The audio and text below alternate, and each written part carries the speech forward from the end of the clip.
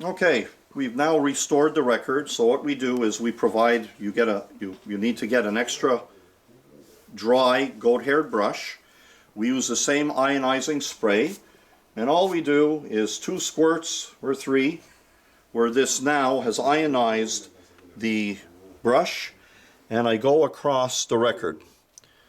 Okay, so I go across the record. This changes the charge of the record to be opposite to that of, again, in this case it's not water. We want to repel dust. So, and again, like we mentioned, you need to get one of these clean ones that always stay with the turntable.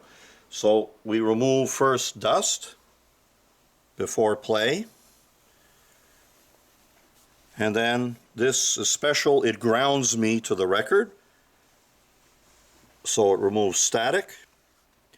And then we do side 1, side 2, or I do side 1, then play side 1, do side 2, play side 2, or store it. So we do this either before storage or before play. So let's drop the needle and let's see what we have.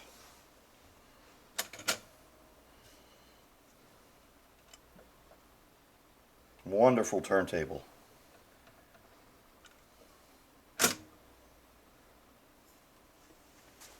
Okay.